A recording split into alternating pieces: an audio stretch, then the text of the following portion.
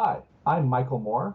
I'm one of the master prop makers for many of the Star Trek TV shows and movies, and you're listening to Trek Untold.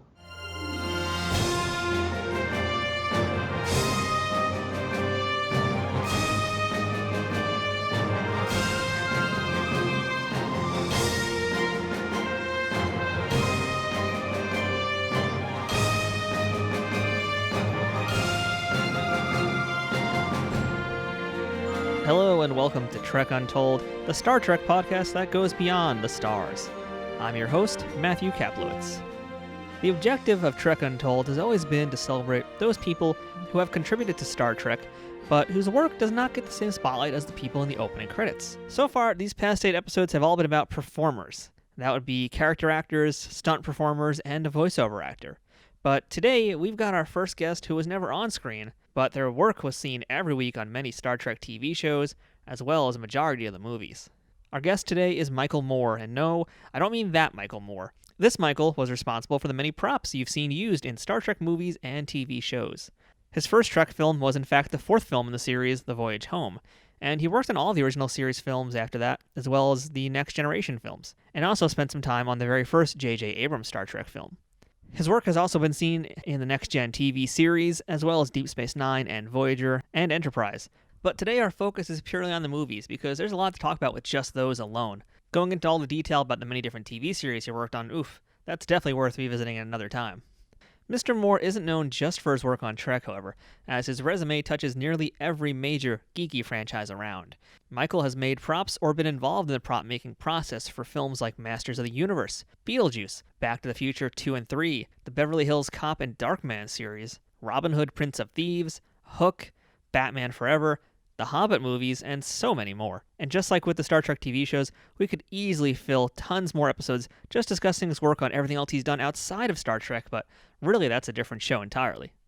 Now, I do have to level with all you listeners today because this was a challenging interview for me. Unlike my other guests so far, whose work is definitely more accessible to look at, it's much more mysterious to figure out what props Michael made and what his role was in that process. One of the hardest parts for me was knowing what to even ask him, to be honest, because there isn't a ton of info about him specifically, or the things that he worked on, but really that's what the point of this show is all about.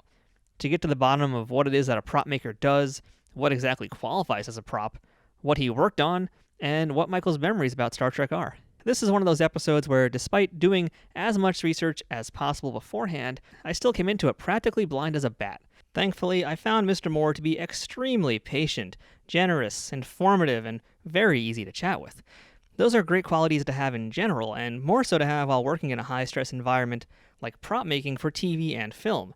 So if you've ever wanted to learn anything about how props are made, and what even qualifies as a prop, and that might sound silly, but you're going to be surprised to find out what actually is or isn't when it comes to Star Trek, then this episode is going to be a real eye-opener for you. And before we begin this week's show, I wanted to update you guys on some news, unrelated to this week's guest. Trek Untold just launched their merchandise store on Teespring, and we've got shirts, stickers, tote bags, mugs, and a whole bunch more. If you want to take a peek, go ahead and visit teespring.com/stores/trekuntold, or check out our social media pages, of course, because we'll have some listings over there for it. We've got 2 designs up right now. One of them is the main logo for this show, which you've seen across all the various platforms you're listening to, as well as the badge logo that we use, the round one, that you see on all of our social media. I'm going to be making more designs to add in the coming weeks, so stay tuned, of course, to our social media channels to hear all about those. Before we begin this episode, I'd like to remind you to follow us on Facebook, Twitter, and Instagram at Trek Untold, all one word, no spaces. You can also support our show by visiting patreon.com/trekuntold. If you're already following us or offering us your support, thank you for your help. Most of all, if you can't support us financially, please make sure to subscribe to the podcast and leave us a rating and review on iTunes or wherever you're listening to the show. This helps more people find out about the show and helps spread awareness of Trek Untold. I'd also like to make a quick shout out to our friends at Triple Fiction Productions, who make some great 3D printed Star Trek inspired products for toys and people, but you'll hear more about them a little bit later on. Now, without further ado, let's beam up this week's guest. Computer, access interview file. Affirmative. Initiating program. Welcome back to Trek Untold, and now joining me on the other side of the line, we've got a man who's been working on Star Trek projects for over 30 years, as well as tons of other movies and TV shows, You've probably seen his work, but you might not know his name just yet. Today, we're going to change that. So joining us is Michael Moore. Michael, how are you today? Oh, I'm fine. Let's get going. Let's answer all the questions that everybody wants to know. Yeah, oh yeah, exactly. As I was just telling you before, I'm pretty ignorant about a lot of what it is that prop makers do, and I'm sure a lot of listeners as well. They might have some ideas, but I think there's a lot of things they don't understand. There's probably some confusion about things as well. So I'm hoping we can really break down what it is that you do as a prop master and prop maker on all these shows and films you've worked on. But again, today our focus is going to be on just the Star Trek movies, and there's plenty to talk about with just those. So let's go ahead and dive on in. And I'd like to ask you the first question I ask all my guests, and that's, what is your earliest memory of Star Trek? That would be the original series with Shatner, and I was alive way back then. So as far as that, I used to watch it with my father, who really would not say that he was into science fiction, but he kind of liked it. So it was a good experience back then, because it was really the only show, except for the really late show movies and stuff, with all the Empire of the Ants type of thing, and all the 50s movies. So the original series is the first point that I got into science fiction even. So tell us a little bit about where you grew up, who your parents were, and what little Michael wanted to be when he grew up.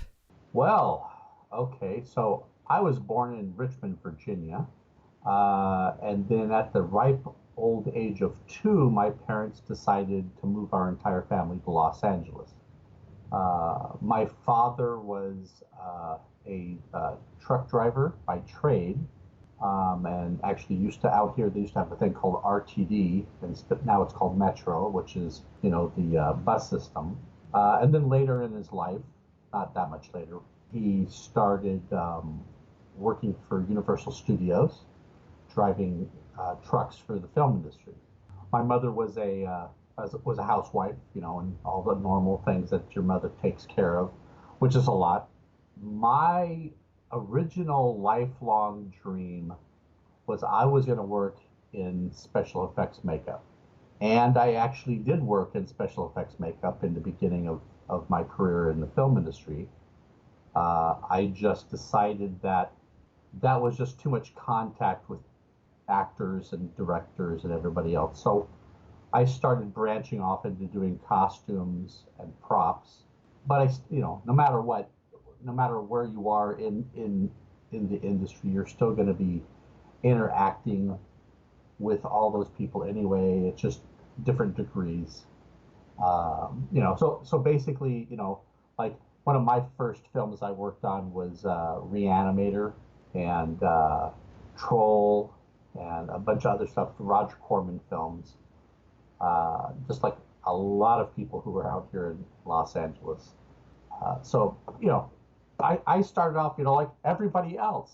That's really interesting that at a young age even you were thinking about doing makeup and behind the scenes work and special effects. What really drew you towards that? Well, my favorite movie actually was War of the Worlds, and then Forbidden Planet. So it really wasn't, I wasn't really drawn at that point to doing makeup and stuff like that. It was more into the science fiction, and I just loved the look of a lot of things in those movies.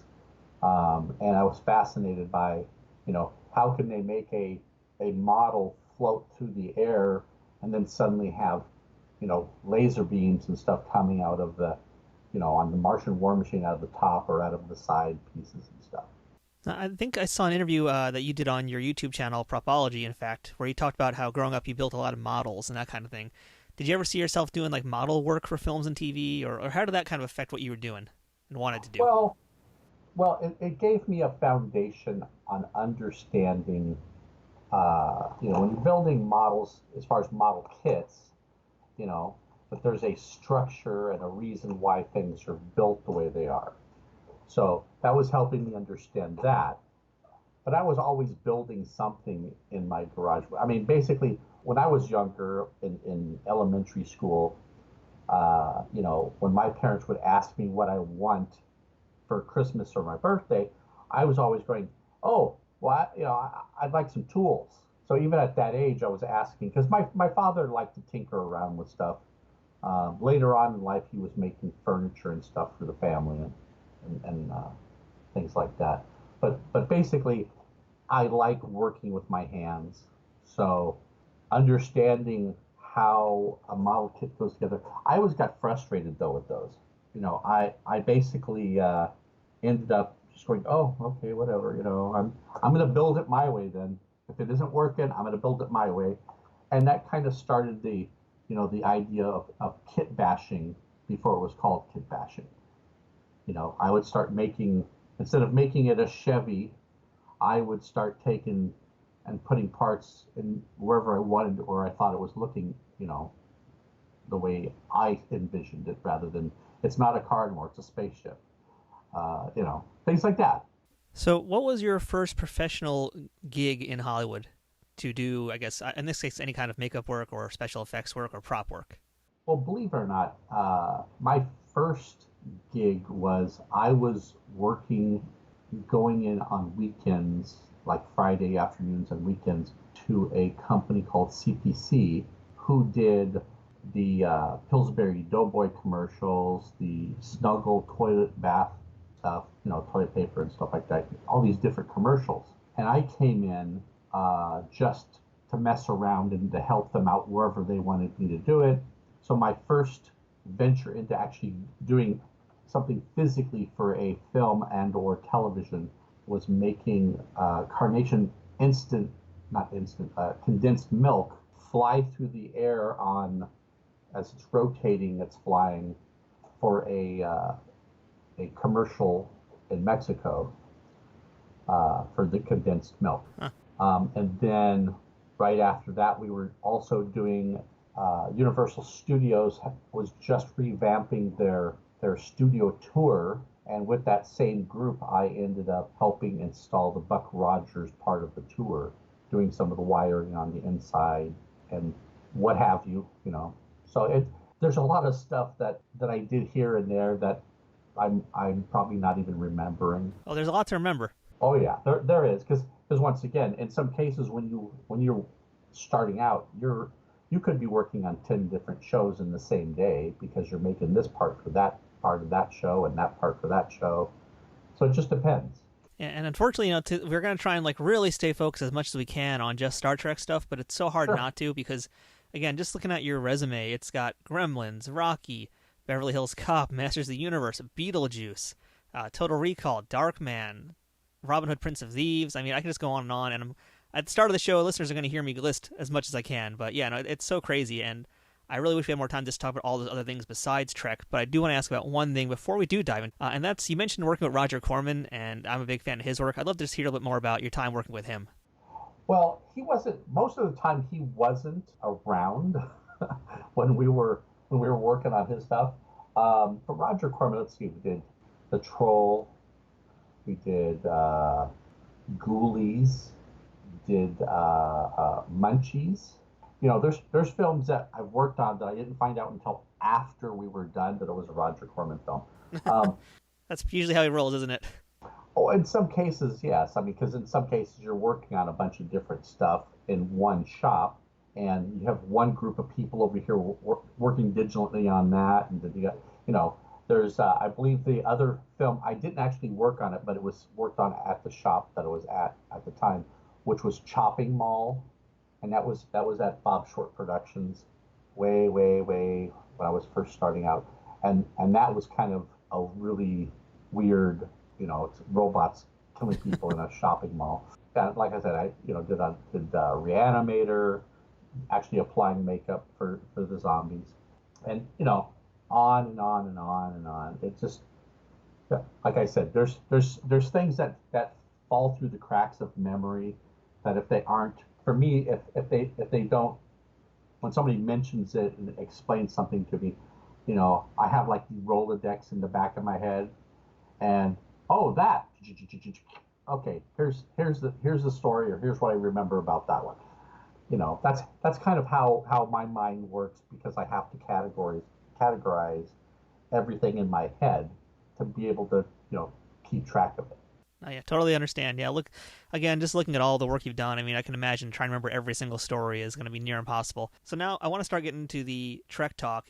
And first Uh-huh. things first, I really want to clearly define what it is that you do. Because, for me, as someone who's an outsider, and with so many different elements that go into production, I guess I ultimately wanted to determine first what a prop is.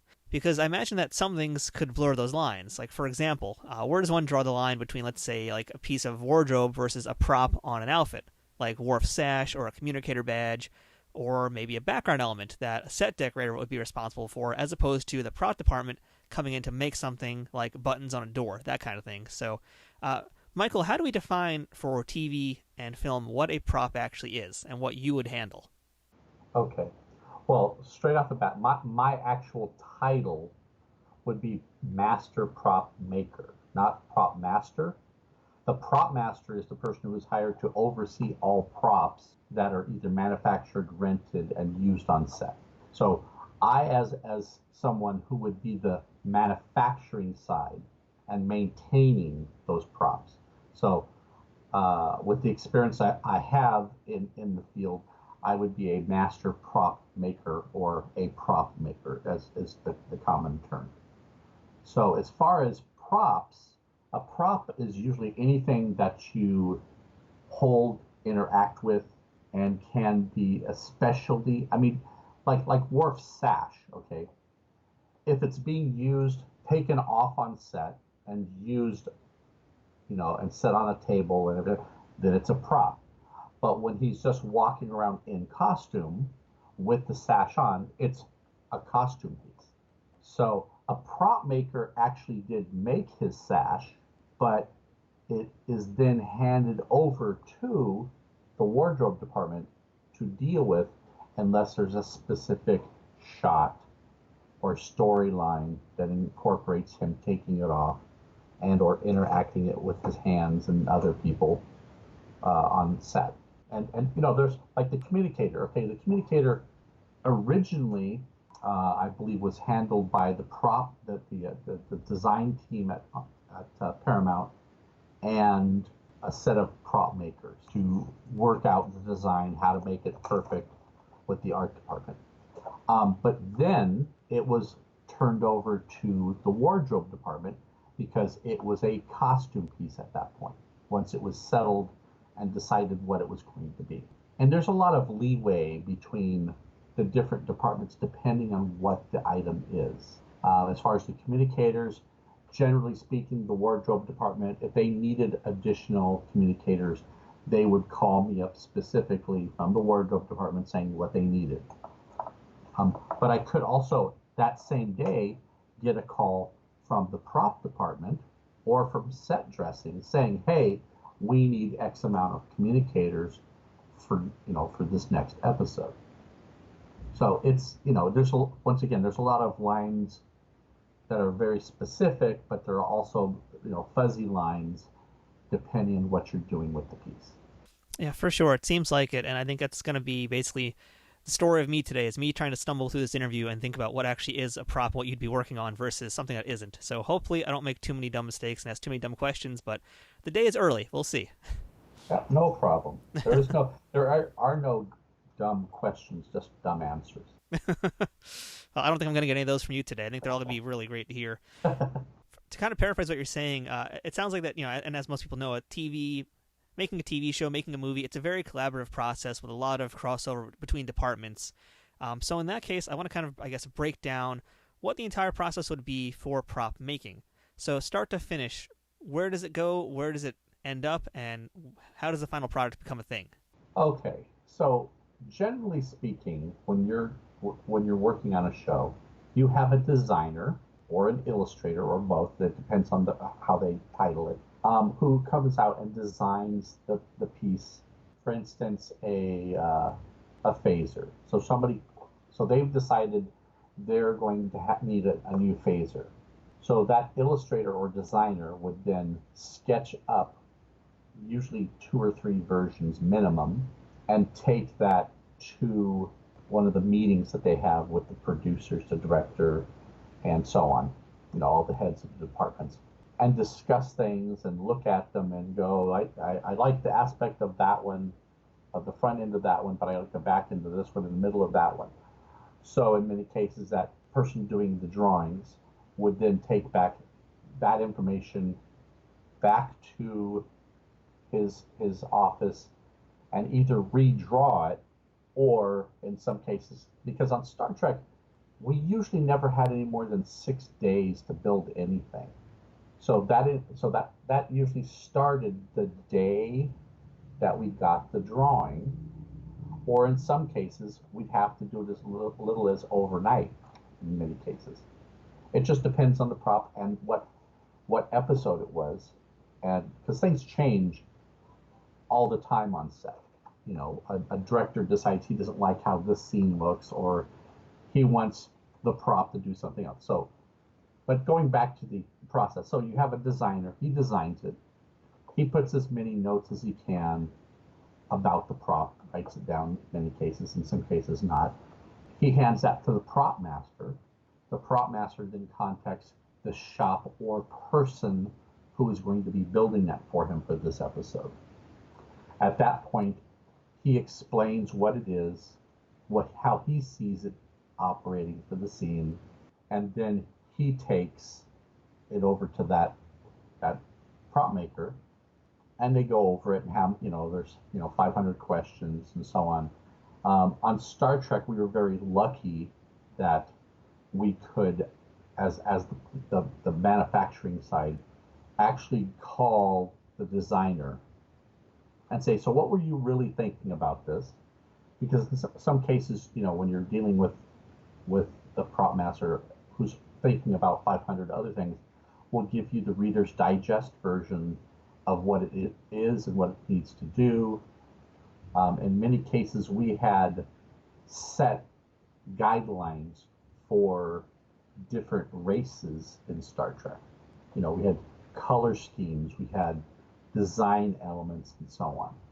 So our relationships with the prop master is if you have any other questions regarding design aspects, give the designer a call and work it out with him. Once that's done, we would make up the master, because there really wasn't time to make up a prototype and then go into a bunch of changes and everything else on Star Trek. In the early years of Next Generation, there was a little bit more talking going on, but as time went on, we were trusted a lot more. As far as, since we've already been working on the show for so many years, we understand the aesthetics and the color schemes and so on. And once again, talking to the designer made it very, very simple to get it to where they wanted it. So after we were done sculpting it as we saw it, we would then, in some cases, contact the prop master, and if he had time, he would come out and visit us and look at what we had so far. But most of the time, his schedule didn't allow that. So, and there wasn't like the internet, so you couldn't just take a picture of it and send it over the internet or over your phone, really. Because, once again, phones were just cell phones were just really starting to really pick up steam because of Star Trek. And back then, the average cell phone weighed about 35 pounds and was as big as your head. Yes, but just the battery pack, yes. So basically, we would just, we would make the part, decide what we were going to do with it based on how many copies they needed for the episode. So in some cases, some of the pieces we would create would be a one and only ever piece. So you would make it, you would finish it, put your lights and stuff into it, and send it to set, and that's the last time you'd ever see it. Other pieces where they'd go, oh, this is the main weapon of the Bajorans, so we're going to need, 20 or 30 of these, we're going to need, and as things go on in the series, we're going to need more, as things go. So we would end up making sure that we had the master sculpture of the piece, so that we could make more copies of it later. And then, of course, once the shows are done, most props and everybody who's seen Star Trek is like, hey, and they're on Voyager, ring, hey, isn't that the prop from Next Generation? And it is, because 90% of all the props from Next Generation went to DS9, and then Voyager started up, and so they divvied up, some of those props that they had taken from Next Gen, and a few from DS9 after, as it was starting out, and put them into Voyager. It's the reason why, the question is, well, why do they have these phasers, in the whatever quadrant it is on Voyager? And, the excuse we always give is, well, all the designs for everything is in the computer, and they have with the replicator, you can make all that stuff.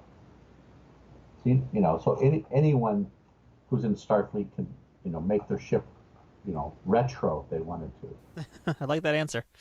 But generally that's it. Once we were done with it, making the pieces, we would deliver them in the set.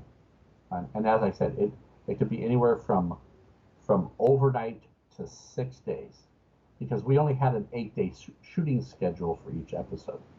Yeah, I heard it was pretty common for you to actually be on the set like almost every day delivering a new batch of props. Oh, yes. And in some cases, babysitting the props there. All right, so let's jump into our first Star Trek film that you worked on. That's Star Trek IV, The Voyage Home, which was released in 1986. So, Michael, can you tell us how you ended up working on Star Trek IV? Well, it was basically, and to be honest with you, I don't even remember exactly what it was that I was working on. It was probably sanding something before it went to paint. I honestly don't remember on that particular film. I mean, my clear recollection of stuff, as far as the films, started in Generations. Okay. And I don't know why anything from Generations back, as far as films are concerned, that I don't really remember anything that I worked on. As far as Next Generation, DS9, Voyager, I could probably tell you what anything and everything was, because for some reason that's locked into my brain. And from Generations forward, it's all locked in my brain. I don't know, maybe I hit my head one day or something and lost some of it. But in general, and once again, like I said, the way my brain works is, it's the Rolodex. So unless I am looking at something and go, oh, yeah, that thing right there, yeah. Well, that was made out of this, and it becomes one of those, I guess it's I get to choose, pick and choose what I remember and what I don't. I don't know, because once again, I did not work on every single prop. Right. In the films or on the shows. In many cases for the shows, I was like the shop foreman for a lot of that stuff, as well as possibly, in many cases the owner and one of the guys in the shop working on stuff. Right. But for certain pieces, I can go over and tell you how certain things were made, whether I made it or not, because I was supervising that particular project. Because once again, when we're doing, like on Next Generation, we may have 12 things to build, and there's 4 people building it all. So in some cases, like, you're taking those 2, you're taking those 2, you're taking that, you're taking those 3, whatever it is, So it's, like I said, I am a cog in the mechanism to produce Star Trek. All right, well, let's see if we can jog your memory a little bit with just some general thoughts about the movies and your time working on them, and if we can, if we have stories about specific props, we'll definitely get them out of you somehow. By hook or by crook, we'll find them, Michael. But so Star Trek 4, I guess your first time again, you must have just been very excited to just be working on a Star Trek movie, period. Like, when you first got the prop and you saw that it was a Star Trek thing, did your eyes just light up? At that point in my life, I was kind of excited about working on anything. And I love making things. Like I said, I'm not sure which things back then that I worked on. And to be honest, it probably was something very minuscule comparatively to moving forward with the different movies. As time went on, I got more and more involved in different aspects. But okay, to answer the original question, which was how did I get my jobs, right? Yep. How normally most of the jobs I have gotten throughout my entire career is word of mouth. I'm usually known as the guy who can work with almost anybody. I don't. I tend not to complain too much about working on whatever it is because it's working. I'm working on a show, so what the prop master or art director has their vision, I'm there to facilitate their vision coming true. Most of the work I've gotten throughout my entire career has been word of mouth from other people I've worked with. And, usually after I'm already working on a show, is when they'll go, hey, do you have a portfolio we can look at? Okay, well, you've already given me the job, but sure. And I do, I haven't updated my portfolio in probably 25 years. Because once again, most of the work I've done for different shows and so on are all word of mouth and recommendations from others. So jumping ahead now to Star Trek V, I do have a few questions about some specific props. Let's see if we can get some answers today. Okay. And I think really for me, like the most iconic prop out of Star Trek V is Spock's anti-gravity boots. So again, this is one of those instances. Would this be something that your team will be working on, or would this be something that a different department would handle? Well, I believe that would be wardrobe on that particular case, except for the pair that they have stuck to the locker, because they probably had to go to the prop department, who would have had one of their guys grind out the bottom and install magnets, so they could go, it's all in the boot, and they stuck it to the. So that'd be the stunt boots there, essentially. Well, it's at that moment, since she's handling it and sticking it to the wall, it's now a prop. But when the people are wearing it, it's a costume. Well, I think this one for sure has got to be you guys. And I'm hoping you remember this scene when they're all at the campfire and Spock has his marshmallow dispenser. Do you remember anything about that? No, actually, except for that, I thought it was strange that there was a marshmallow dispenser, unless it was some type of for me, I was like, is that a miniature replicator for making marshmallows? And that thing did pretty well. They actually, I don't know if you remember, there actually was a craft merchandise tie-in. They made like a mini one you could mail away and get your own at home. Yes, I do remember that. I believe, and I may be wrong, and of course, people in your comments below your when after this is published, and I'm fine with people correcting me, but I believe that marshmallow dispenser was either made by Greg Jean or Modern Props. All right. But I'm not positive on that. Because once again, lots of people work on the shows, so, and depending on your prop master, things may be spread out across the universe where each little person or company is building one item.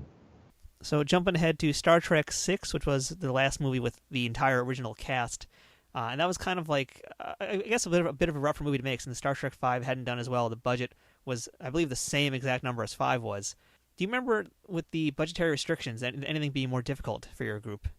Well, on Star Trek in general, depending on the movies, usually had better budgets, but not always. And when things were just suddenly thrown in, and that happens a lot on movies as well as TV shows. Some of those props, I believe they actually had a pretty good budget on that one, and stuff was, distributed around. I don't think there was any really big problems with that. Greg Jean made some of those props for the show, as well as working on the ship. I don't recall there being any issues with having money issues, with arguments about things. But then again, I wasn't that high up on the food chain, at that point in that was '89. Yeah, so that's a while ago. Uh, up until about Next Generation, I was pretty low on the food chain in the shops. So what were the kind of responsibilities you would have around that time period? I would probably be doing like casting or sanding. What most people don't understand about prop making is sanding something is about 75% of your entire time doing anything, because if you're prepping something for paint, you have to sand it. After you've cast your part, you have to go in and clean the seam and possibly fill air bubbles with Bondo or whatever you're going to use to fill them. And then you have to sand it to blend it in. And then you're going to put putty over top of that, so you're going to sand it all over again. And then you're going to prime and paint your piece. And once you've primed your piece, you're probably going to go back and have to reapply some more spot putty. It's red spot body filler, which is just really thin and light filler material. So you go and sand that down, then you prime it lightly again, and then you go into your paint cycles. But most of the stuff in the early days, as far as anything Star Trek, I started off doing a lot of sanding, and then a lot more sanding. That's basically what they would call a lab tech, or what we used to call it, which was we were all resin monkeys. That's a good term. And there's a lot of people who hate that term, but it basically you were put into a situation where you needed to cast all the parts, clean up the parts, and then hand it off in some cases to somebody else to either finish painting it, or you would hand it off to somebody to put electronics into, and so on.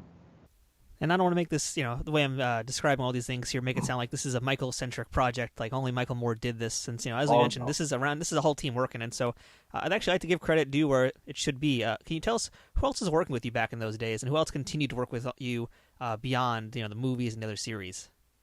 Well, a lot of them I just don't remember their names in some cases. It's a lot of people, I'm sure. Yeah, but there was there's Greg Jean, who's out there, who did a lot of props, as well as a lot of the miniature work for the different Trek movies. There is Max Cervantes, there is Bear Burge, Wendell Phillips, Scott Brodeen, Bob Banyan, Steve Horch. It's just, the list goes on and on and on and on and on. And right now, a lot of them aren't really hitting me in the head for coming up with them. I'll basically, as we go through this, I'll probably drop in other names as they come up. There's just so many people who are involved in each and every one of these films. And once again, different shops with a different set of crew members working on specific things. Trek Untold will return momentarily. Trek Untold is brought to you by Triple Fiction Productions. If you're a Star Trek cosplayer looking for props, or toy collector looking to spice up your shelves, Triple Fiction Productions has you covered. Triple Fiction Productions produces affordable and unique 3D printed Trek-inspired products from the original series, Next Generation, Deep Space Nine, Voyager, Enterprise, and the movies. You can expect the same amount of care and attention to detail in any of the items in their catalog, whether it's a prop replica for use in a fan film, or part of a cosplay, or accessories and playsets for figures from Playmates, Migos, or Diamond Select. Own your very own tricorder or phaser rifle with working lights, the bridge of the Enterprise E for your Playmates figures, or any other item from countless species and ships from the Star Trek universe. All products are 3D printed in the USA and are constantly evolving and improving based on fan feedback. To learn more about their products, visit them at triple-fictionproductions.net or on Facebook at facebook.com/triplefictionproductions. Triple Fiction Productions, taking Star Trek where no 3D printer has gone before.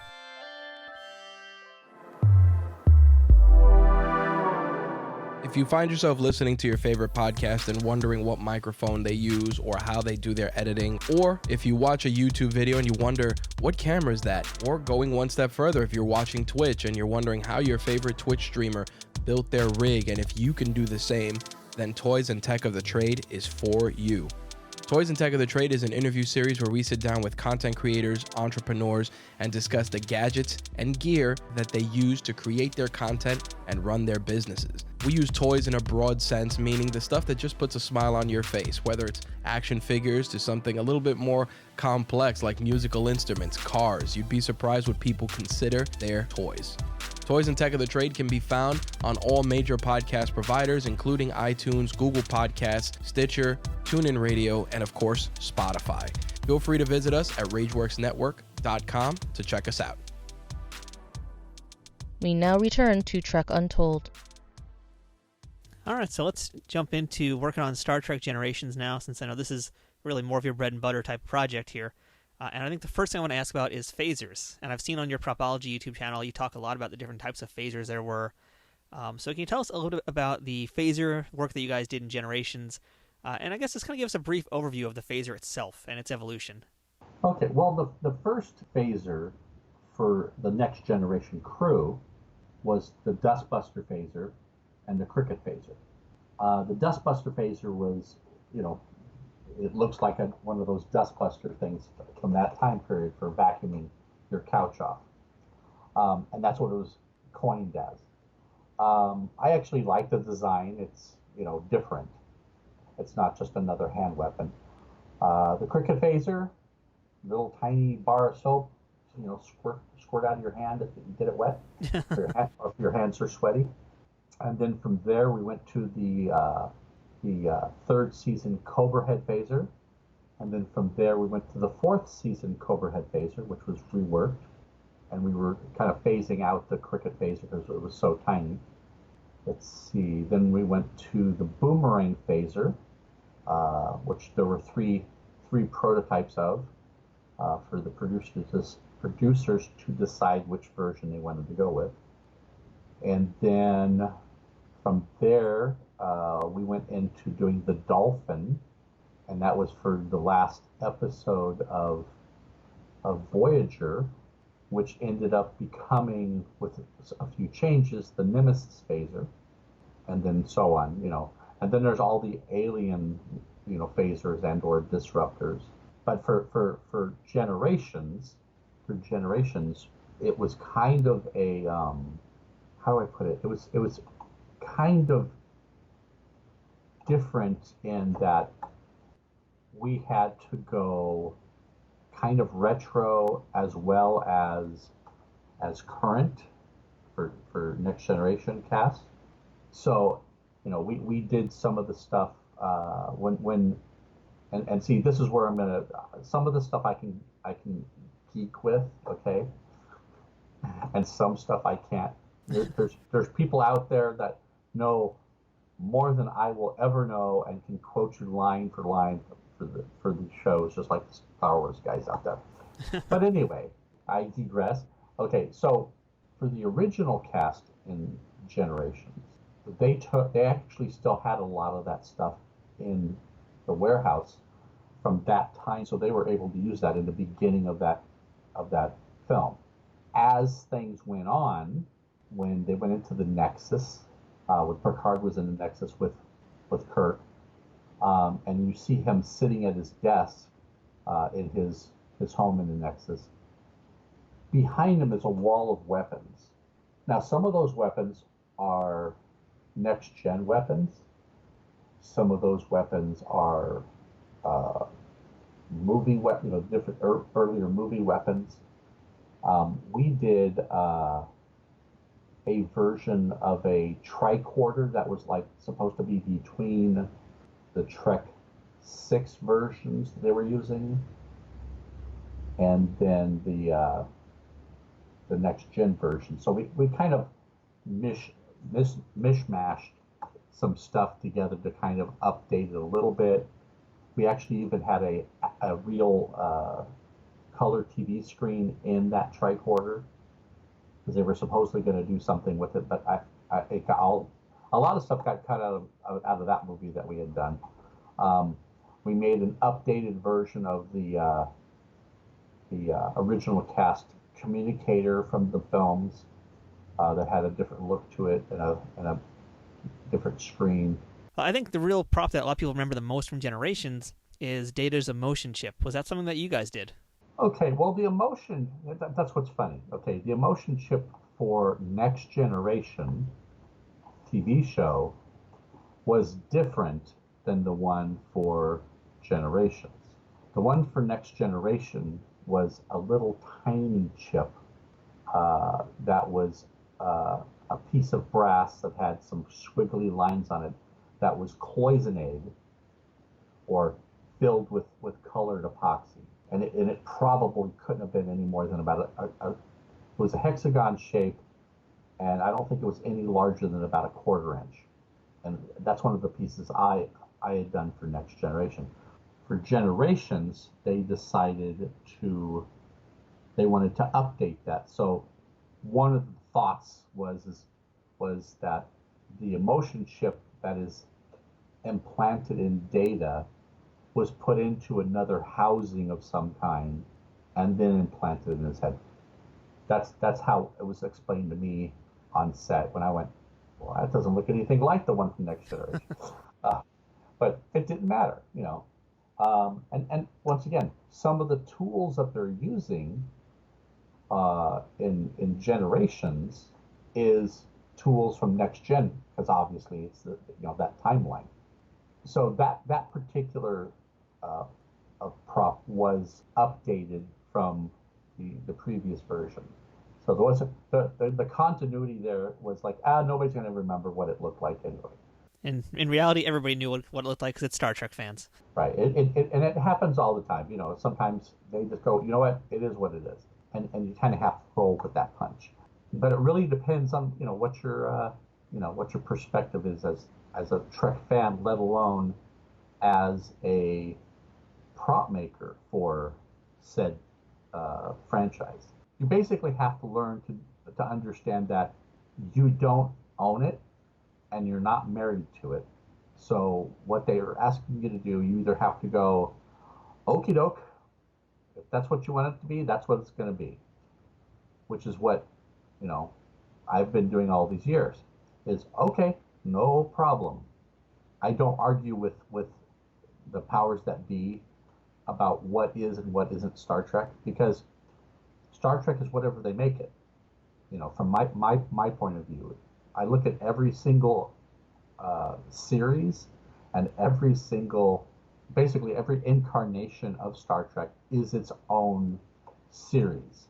Whether it connects to the other ones, I try and accept them and enjoy them for what they are as that particular version. Yeah, that's a good way to look at it. And it's also a good lesson to just not being attached to something. I think that's something a lot of commercial artists, especially early on in their careers, have trouble detaching themselves from their projects. I can imagine that can be, especially with something like Star Trek that you have a lot of love for, it can be probably difficult to say no sometimes to ideas, but it's what you have to do in this field.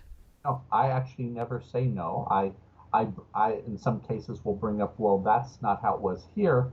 If this is what you want, that's fine. I'll do it that way. But if you want the continuity connection, then it's something different. And in some cases they go, oh yeah, you're right, okay. But 9 times out of 10 it's like, yeah, this is what they decided. Okay, let's move forward. Yep. I don't once again, if it's your art, then yes, stick to your guns, it's your art. But when you're trying to create something from someone else that is theirs, then you just do that. So going back to some of the props that you guys did for the movies, I want to jump ahead to First Contact, and again, discussing Data, because he got a lot of cool stuff in all the movies, and I want to know if you guys were responsible for the scene where Data gets that skin graft on his arm. And the thing I'm talking about in particular is when they show his hair standing on end. So I just want to ask if that was you guys at all. No. That was makeup, the makeup department, and the actual special effects department. Because I don't remember. I remember talking to somebody about that, whether that was CGI showing the hairs go up, and I believe it was, but I don't remember exactly what the conversation ended in. Yeah. That's still a very impressive effect, though. I think that still holds up to today. Oh yeah, no, I really did like that whole that particular movie was an amazing rendition of Star Trek. So what are some of the standout props that you remember working on for First Contact? Well, let's see. The functional hero boomerang phasers, 3 different versions of the phaser rifles, all the different tricorders we made for it, all the Federation tricorders, the Mark 9s and the Mark 10s. And then, of course, there's we did the Mechalith that Worf has, that he cuts off the Borg's arm with and then ties up his suit so it doesn't leak anymore. Well, did your team work on any of the Borg pieces at all? Not on First Contact that I recall. Well, the one Borg part that we did work on was, if you recall, when Picard is digging in the Borg to take out the communicator out of his. The Borg basically had a communicator on his chest, which was one of the original communicators that had electronics in it. As it was an exploded one, and then he digs into the chest to get the I think it was called the transponder or something, which was a cigarette lighter with lights in it and dressed up. From what I remember, I don't remember if we made that particular piece. I do remember us making the communicator that was exploded from being assimilated. How often would you guys make something from scratch versus repurposing or kit bashing something that already existed? It depended on the design that we were given. In some cases, some of the designers would go, "Hey, this gave me an inspiration. It's this," and then you go, "Oh, okay." And then in some cases, we would go out and buy it and go, "Oh, this is too small for us to work with," and then we would recreate it larger within, with our own twist to it, within the realm of the how it's supposed to look. So around the time that Star Trek Insurrection came out, I believe you also started HMS Productions with Steve Horch. Is that correct? Yes. We had already started. We had started working on Voyager at that time, when Insurrection came around. So what made you want to jump out and make your own business? Well, in some cases you get restless working at the same place with the same people sometimes. For me, I think it was mainly that it was time for me to move on from the shop I was at, and more of like, well, I'm going to make a name for myself. Well, I already had the name for myself. It didn't matter where I was at. It's. I think it was mainly that it just, it was just time for me to move on, because I've worked at a lot of different shops over the years, and Star Trek has followed me from shop to shop, and in some cases it's coming to me through just the wardrobe department until other people find out that I'm outside of the shop that we were working at. So it was just time for me to go. All right, and I know you and Steve Horch worked together on Insurrection, and so I'm kind of curious what you remember from working on that film, since that one, it seemed like it's a lot more rural kind of props, if you will, instead of more of the futuristic stuff that we'd see on screen in other Star Trek movies. For Insurrection, obviously we were making, doing some of the phaser rifles and the phasers, doing a few things here and there on as far as that's concerned, and tricorders, because that's all the staples, throughout all the different series anyway. That's where the cohesive portion of it is. Yep.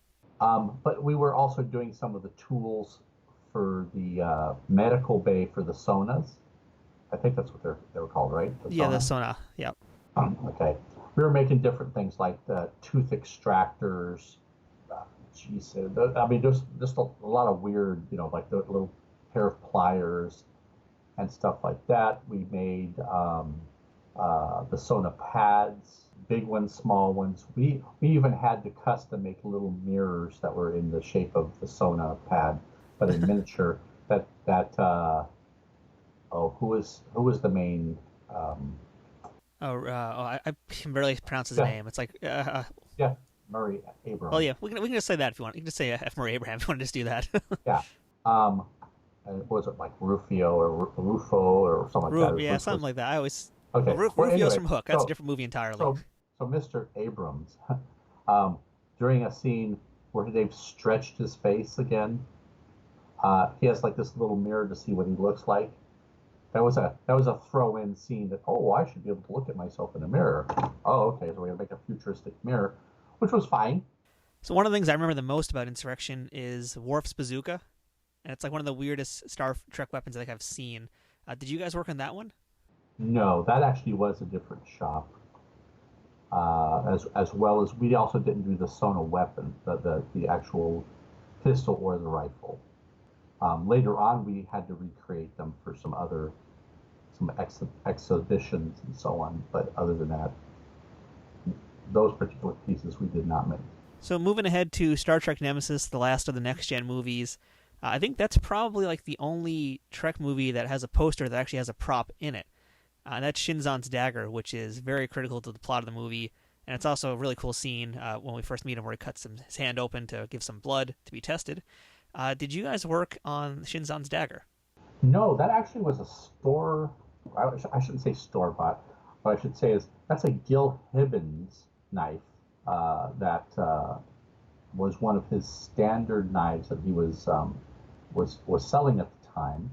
That the blade had been on the Hero had been heated up and it blued, and you saw all those colors. I don't know if you could actually see it in the film. I don't remember, but basically the design color changes on the blade and stuff were then later created on other copies of it with paint. But that particular knife was actually a Gil Hibbins knife. I had heard in that movie that the director wanted things to be a little bit more realistic and darker toned, and I believe the prop master in that movie was Russell Bobbitt. Do you remember him talking about that affecting any of the stuff that you guys did? No, actually. At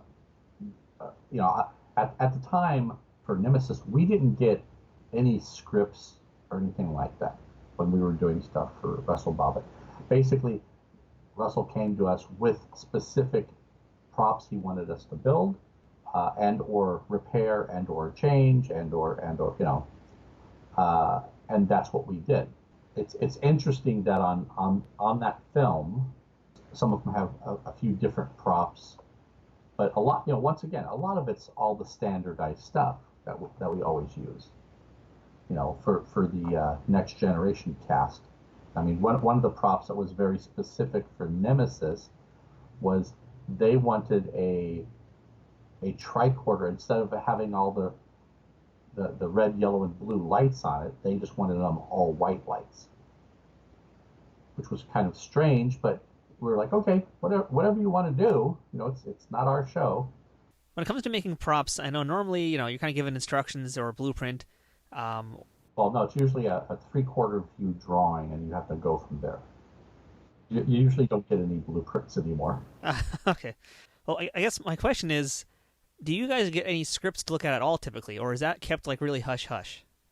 Well, it depends. See, on a film, most of the information on the films I get directly from the prop master and from, if I'm allowed to talk to the designer, then I will talk to the designer to understand more about what it needs to do and so on.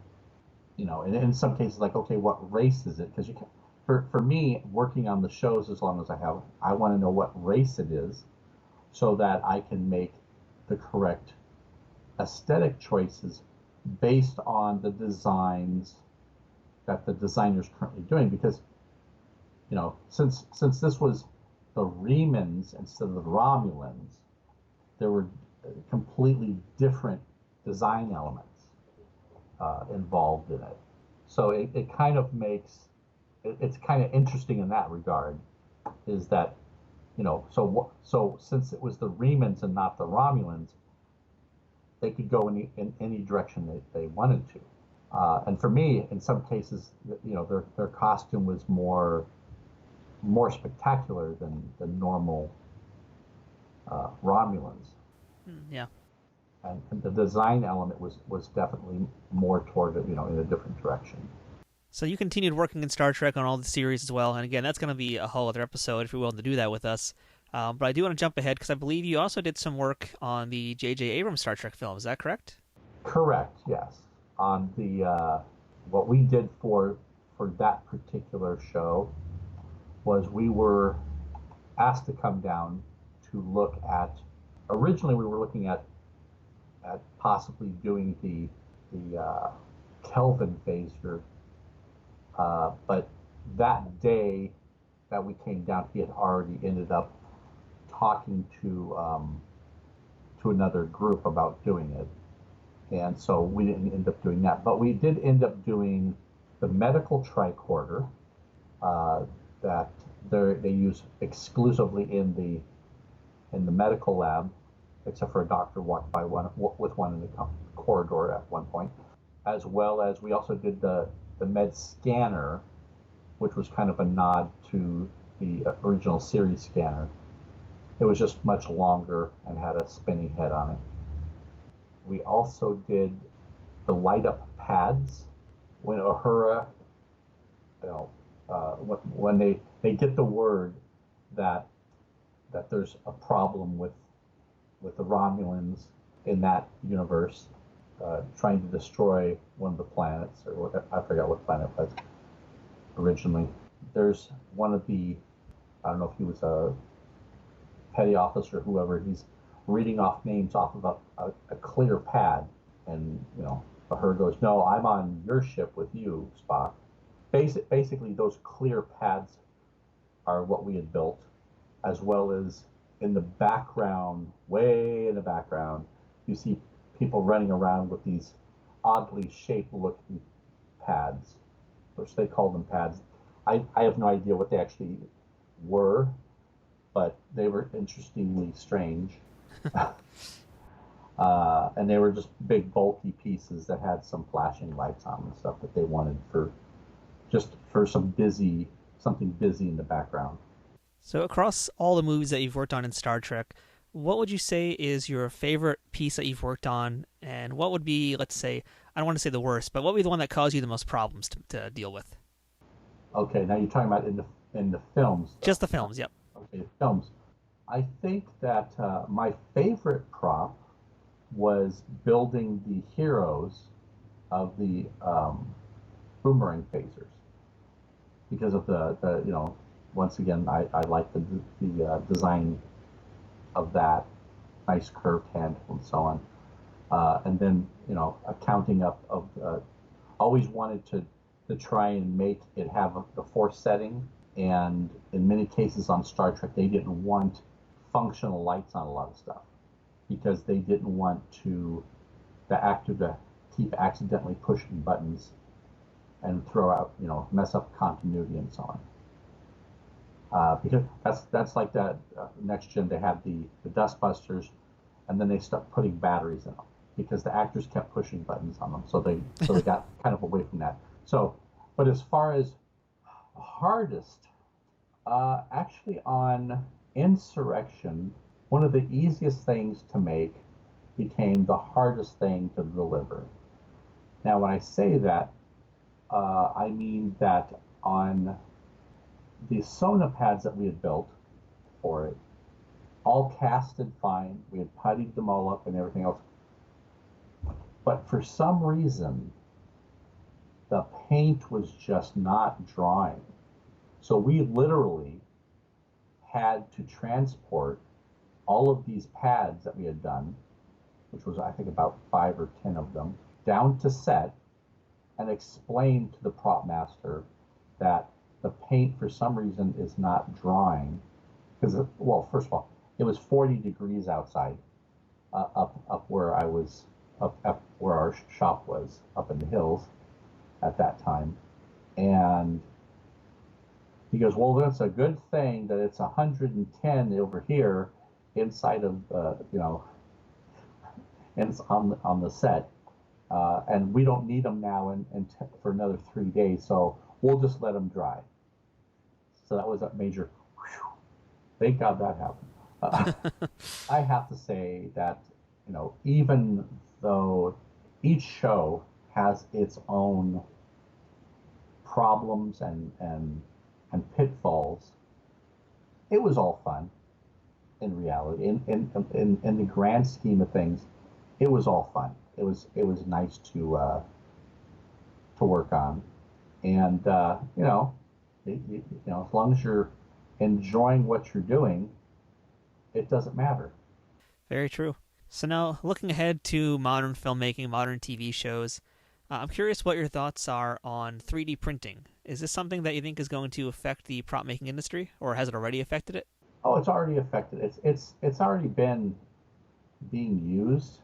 The first big film that 3D printing was used on was actually the first JJ movie.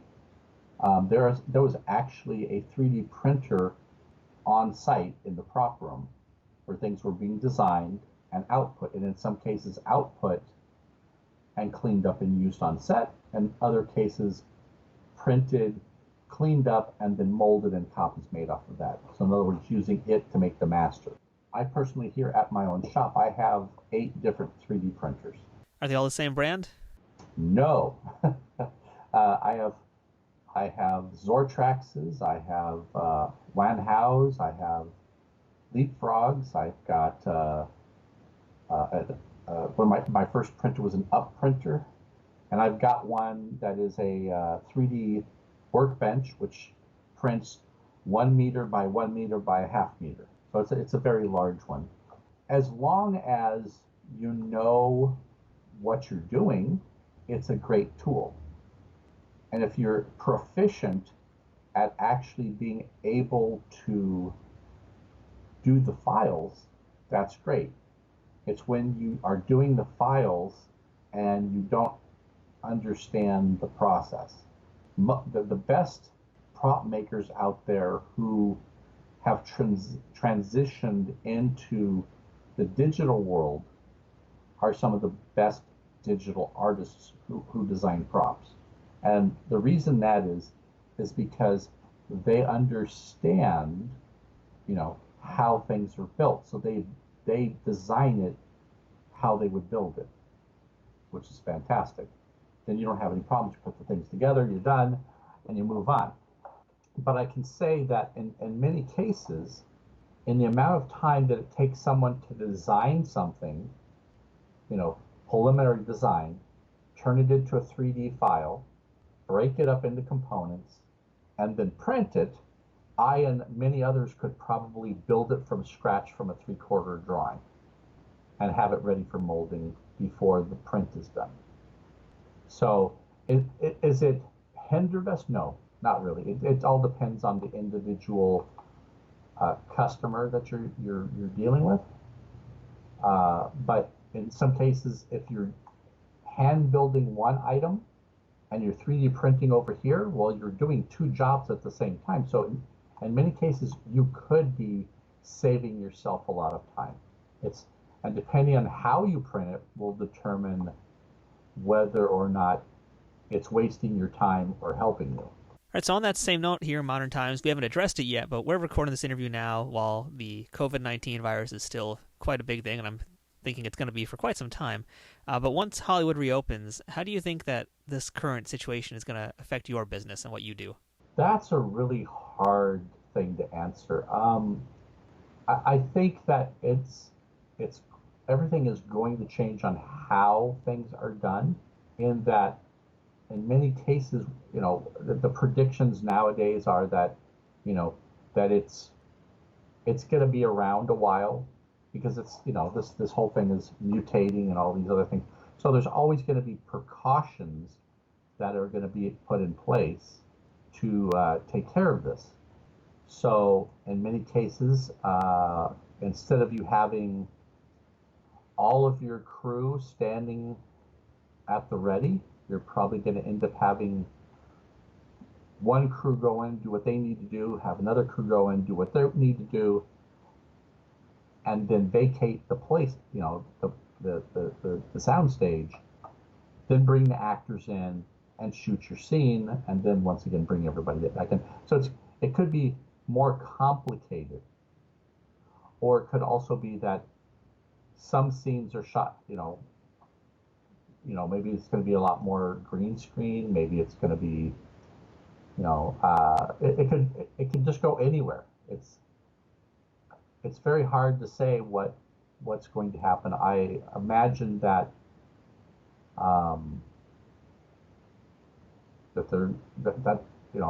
my guess is that some of these production companies are going to be moving out of California, and that they're going to be opening up in technically in the middle of nowhere, so there's not as many people around always, because in the middle of a city you've got millions of people. If you created your own studio out in I don't know, Alabama, out in the middle of nowhere, you'd basically only have your crew and the necessities out there being involved, so not as many people to get sick, and not as many people to get you sick.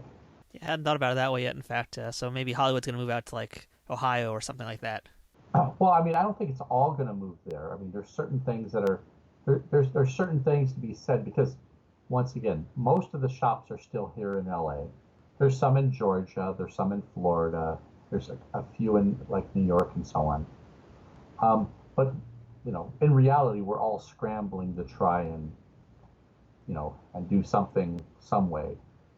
So for me, any TV show or movie that wants me involved in it, I'm generally speaking like sure, but I'm also involved in doing toy prototyping and collectibles, doing prototyping for collectible products, toys, whatever comes through my door is kind of my attitude over the past 20 years, is that I just need to keep things open and going, and we'll see what the future brings. The film business is not going to go away in any reality, because there's always going to be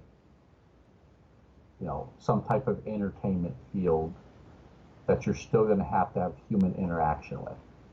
Very true. Now, as we wrap things up here on this interview, I do want to take some time to have you talk about your YouTube channel. I've referenced it a few times here today. That's called Propology. Can you tell us a little bit about what you're doing over there? Okay, well, my YouTube channel, Propology 101, is basically I'm taking master props or props from my collection and other people's collection, and going over how they were made, who made them, and basically trying to once again educate people and give them ideas and to inspire them, but also to give credit where credit is due, because there's so many people in the film industry who do not get credit for the work that they've done, because in many cases there are too many people on the crew to list on the credits pages of a lot of films. Yeah, well, that's what we like to do here on Trek Untold as well, is make sure the people whose voices aren't normally heard get to be heard finally. So it's cool that you're doing that. Yeah, that's my mission: education and acknowledgement. All right, so Michael, thank you so much for your time today. It's been really insightful. I'm hoping our listeners can get a lot of new information about really a side of production most of us don't even have any knowledge about. So thank you for educating us today. You're welcome. Anytime. So that was our chat with Michael Moore, Master Propmaker. And can you believe there's still so much more to talk about with his work? This whole episode is only about the movies, and Michael and his team have worked on so many other series that I think it's only going to be a matter of time before we revisit Mr. Moore and speak with him again. As we mentioned towards the end of this episode, Michael has a YouTube channel that I urge you to check out if you're interested in learning more about his work. want to hear some more Star Trek history that's rarely discussed, or if you want to understand the process behind making props in more detail than we went over today. We'll have links for that channel on our social media pages, of course, but all you really need to do is look up Propology 101 on YouTube, and you should see his page pop up right away. Not that long ago, he also started to do some interviews with other prop makers, so I hope he continues that, especially to make my life easier if I ever happen to speak to any of the guests he had on his show. So go check out Propology 101 if you want to learn about how everything on Trek was made, from phasers to tricorders and engineering tools and, heck, even Junja sticks. Oh, and one other side note, we joked about this week's Michael Moore not being that Michael Moore, but there actually was another Michael Moore, believe it or not, who worked in Star Trek. That Michael Moore was a hairstylist who worked on TNG, DS9, and Enterprise, and was in fact nominated for a few Emmys for his work on Star Trek. Not only this, but his son, David Moore, was a background extra on 2 episodes of Enterprise. But I think that's going to be for another episode of this show down the line. Thank you for listening to this week's episode of Trek Untold. If you haven't already, please subscribe to this show, and if you can, leave a review and rating. We would appreciate it very much if you did. You can also follow us on social media. Just look for Trek Untold on Facebook, Twitter, and Instagram. We'd love to hear from you there, and of course, we'd like to hear your thoughts about this week's episode. If you'd like to support this podcast, you can check out patreon.com/TrekUntold to learn how you can keep our ship operating at full power. And you can also check out some of our merchandise at teespring.com/stores/TrekUntold. Once again, thank you to our sponsor, Triple Fiction Productions. This has been Trek